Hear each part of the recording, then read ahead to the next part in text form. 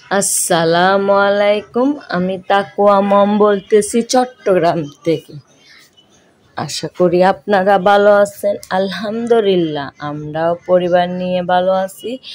তো সকাল থেকে ব্লগটা স্টার্ট করলাম, আশা করি আপনাদের ভালো লাগবে।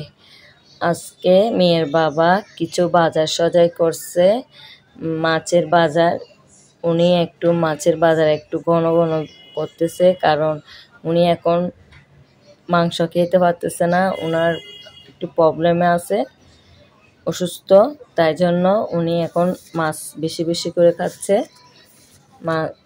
মাছগুলো বেশি আনতেছে বাজার থেকে। আমি প্রায় সময় আপনাদের সাথে শেয়ার করতেছি। তো এখন মাছ আছে অলরেডি, তারপরে উনি ভালো মন্দ পাইছে বিদায় নিয়ে আসছে বাজারে, ভালো মাছ উঠছে তাই উনি গিয়েছে। পাশে বাজার, তেমন দূরে না, তো উনি এখান থেকে মাছগুলা নিয়ে আসছে। তো আপনাদের সাথে আমি শেয়ার করতেছি একটা একটা মাছ, অনেক বড় বড় চিংড়ি মাছগুলা। খেতে কেমন স্বাদ হবে জানি না, এমনি দেখতে অনেক সুন্দর লাগতেছে। তো আমি মেয়ের বাবাকে দেখাচ্ছি, হচ্ছে এত বড় বড় মাছ। তো ছেলেও ধরতেছে, ও মানে এগুলা ধরতে চাইছে। তারপরে একটা পুরা মাছ নিয়ে আসছে, এটা রুই মাছ, এটা কোনো কাটে নাই। তারপর এখানে হচ্ছে একটা কোরাল মাছ আর একটা রুই মাছ। একটা রুই মাছ কেটে আনছে, আর একটা রুই মাছ এমনি পুরা নিয়ে আসছে, কাটে নাই। তো এখন এগুলা আমি গুছাই রেখে দিব, এমনি একবার ধুয়ে রেখে দিব ফ্রিজে, পরিষ্কার করে ধুবো না যখন খাবো, কারণ মাছ আরগুলা ধোয়া আছে, তো রুই মাছও আছে এখানে মিক্স হয়ে যাবে।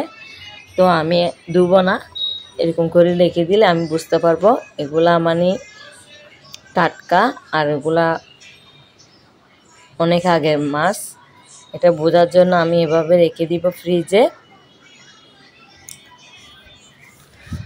তো মাছগুলা কেমন হয়েছে জানিয়েন। এমনি আমি এখান থেকে কোরাল মাছগুলা রান্না করে ফেলবো, কারণ বাসায় কিছু নাই এই রান্না করার মতো। মাছ মাংস তো একটা থাকতে হবে, কারণ মেয়ের বাবা এখন প্রায় সময় মাছটা বেশি খায়। উনি অসুস্থর কারণে মাংস এখন কম খেতে পারছে, গরুর মাংস তো একদম খাচ্ছেও না। চিংড়ি মাছ বিশেষ করে উনি খাবে না, ছেলে মেয়ে একটু পছন্দ করে বিদায় ওদের জন্য আনে। ছেলে তো বাজারে গেলে আব্বু, ও তো চিংড়ি মাছ চিনে, চিংড়ি মাছের নামটা ওর বাবাকে বলবে, কারণ ও অন্যান্য মাছের নাম একটু কম জানে, কিন্তু চিংড়ি মাছেরটা ওর থেকে বেশি মানে ফেভারিট। তো ও সেটাই ওর বাবা মানে বাহিরে গেলে বলবে আব্বু আমার জন্য চিংড়ি মাছ নিয়ে আসিও। তো ওর বাবা নিয়ে আসছে। তো এখন আমি সব কুটে কেটে ফেলছি। তো আমি ডাল সিদ্ধ দিয়েছিলাম, ডাল হয়ে গেছে, ধনিয়া পাতা দিয়ে দিছি, এখনও বাগার দিয়ে নাই, এখন বাগার দিয়ে নিব।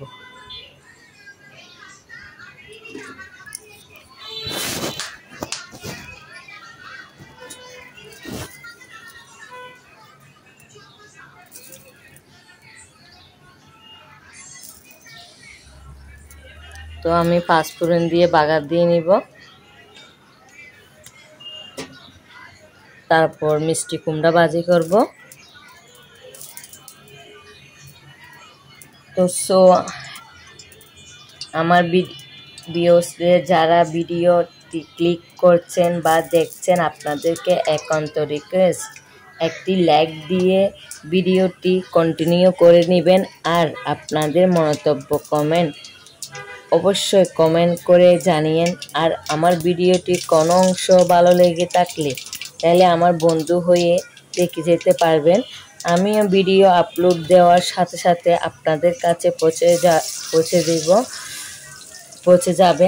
আর যদি ভালো লাগে থাকলে তাইলে শেয়ার করতে ভুলবেন না।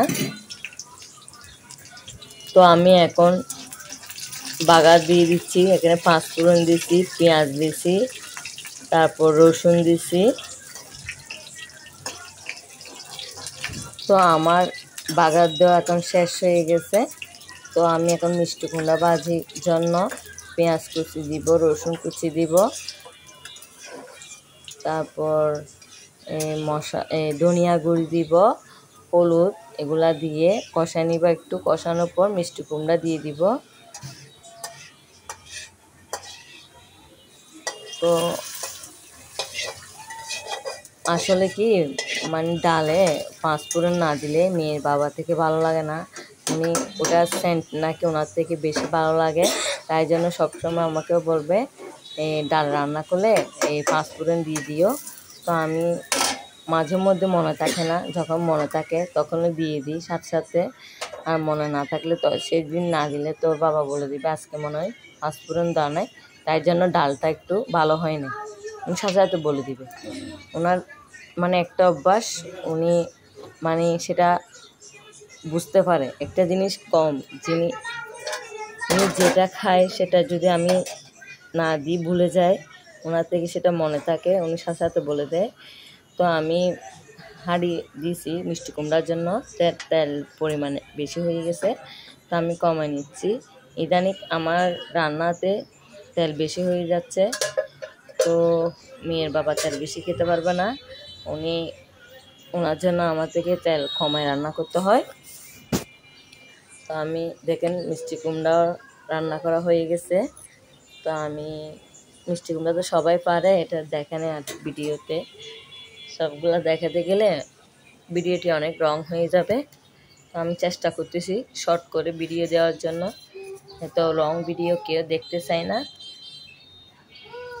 তো আমি চাই শর্ট ভিডিও দেওয়ার জন্য চেষ্টা করি। তো আমি এখন ইচ্ছা শুটকি নিয়েছি, এগুলা দিয়ে কি করব জানেন, আমি কাঁকরোল ভাজা করব, তাই জন্য ইচ্ছা শুটকি নিয়ে নিয়েছি।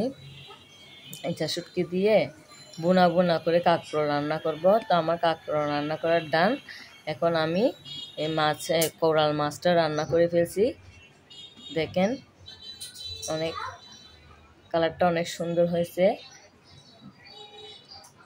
অনেক সুন্দর লাগতেছে, কোরাল মাছটা অনেক স্বাদ হয়েছে। আমি খাওয়ার পর ট্রাই করার পর আপনাদের সাথে ভয়েসটা দিচ্ছি। এমনি অনেক খাবারটা স্বাদ হয়েছে, মেয়ের বাবা বলছিল। তো আমার ভিডিওটি এই পর্যন্ত। আল্লাহ হাফেজ, আসসালামু আলাইকুম।